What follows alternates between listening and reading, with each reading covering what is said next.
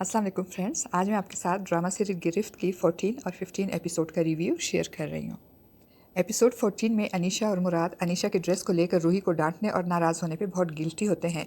मुराद जब late night call सुनने बाहर लॉन में जाता है तो रूही भी इसको वही मिलती है। मुराद उससे अपने और अनीशा के रवैये की माजरत करता है। रूम में जाकर मुराद और अनीशा रूही को ही डिस्कस करते हैं और अपने रवैये पे शर्मिंदा होते हैं और वो ड्रेस रूही को देने का फैसला करते हैं। रूही मुराद की तवज्जो और हमदर्दी हासिल करने के लिए प्लान बनाती है। वो रात को शॉवर के नीचे खड़ी हो जाती है जिससे उसको फ्लू और बुखार हो जाता है। अनीशा और मुराद रूही के बुखार का सुनकर उसकी तीमारदारी करते हैं, डॉक्टर को बुलवाते हैं, मेडिसिन दिलवाते हैं। अनीशा अपने हाथ से रूही को सूप पिलाती है और मेडिसिन देती है और बहुत ख्याल रखती है। मूसा बेचारा दोहरी अजियत में मुब्तला होता है। एक तरफ उसकी टेलरिंग शॉप जल जाती है और दूसरी तरफ रूही से मंगनी टूट जाती है। मूसा परेशानी में खाना पीना भी छोड़ देता है। बानो बेचारी मूसा की दिलजोई करती है और ख़ुद भी मूसा की वजह से बहुत परेशान होती है।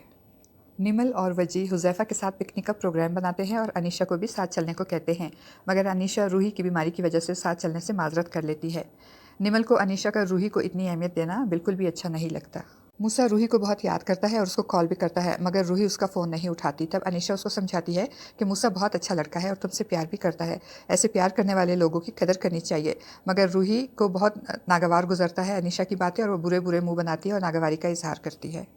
रूही अनीशा को बातों बातों में उसकी बेऔलादी का एहसास दिलाती है जिससे अनीशा बहुत दुखी हो जाती है। एपिसोड 15 में अनीशा रूही की बातों से दुखी होती है। तभी मुराद आ जाता है और अपनी प्यार भरी बातों से अनीशा का ध्यान बटाता है। मूसा रूही को फ़ोन करता है, मगर रूही उसको डांट के फ़ोन बंद कर देती है। वो मिलने आता है तो रूही उससे मिलना नहीं चाहती और गार्ड को बोल के मूसा को डांट के भगा देती है। मूसा परेशान हाल सड़कों पर आवारागर्दी करता रहता है। बानो बेचारी परेशान होकर दुकान पे काम करने वाले लड़के को मूसा की तलाश में भेजती है। बानो रूही को फ़ोन करती है और कहती है कि हमारे इतने बुरे हालात हैं और तुमने हमको पूछा तक नहीं। मगर रूही फिर बानो से बदतमीज़ी करती है। जवाब में बानो भी रूही को खरी खरी सुना देती है और जब बानो रूही से बात कर रही होती है उसी वक्त मूसा भी आ जाता है और मूसा रूही के साथ अपनी माँ की बातें सुन के मज़ीद आजुर्दा हो जाता है। बानो मूसा से पूछती है कि वो कहाँ था, तो मूसा बताता है कि वो सुकून की तलाश में भटक रहा है और अगर रूही उसे ना मिली तो ट्रेन की पटरी पे लेट के अपनी जान दे देगा। बानो बेचारी मूसा की बातें सुन के मज़ीद परेशान हो जाती है और रूही बुशरा को फ़ोन करके अपना कारनामा बताती है कि किस तरह उसने ख़ुद को बीमार किया और साहब और अनीशा से अपनी खिदमतें करवाई। बुशरा के समझाने पे रूही चिढ़ के फ़ोन बंद कर देती है। मुराद अनीशा की पेंटिंग बनाता है और रूही से ये बर्दाश्त नहीं होता।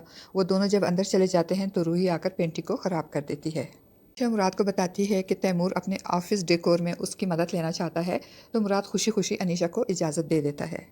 रूही हर बात पे अनीशा को बेऔलादी का एहसास दिलाती है और मुराद के बच्चे के लिए दूसरी शादी का शक उसके दिल में डालती है। जब अनीशा की सास फ़ोन करती है तो रूही बगैर इजाज़त के अनीशा का फ़ोन रिसीव करती है और इसकी सास को भी बता देती है कि अनीशा अपने भाई के बच्चे को अडॉप्ट कर रही है, जिस पे उसकी सास गुस्से में मुराद को भी बातें सुनाती है और अनीशा से बात किए बगैर फ़ोन बंद कर देती है।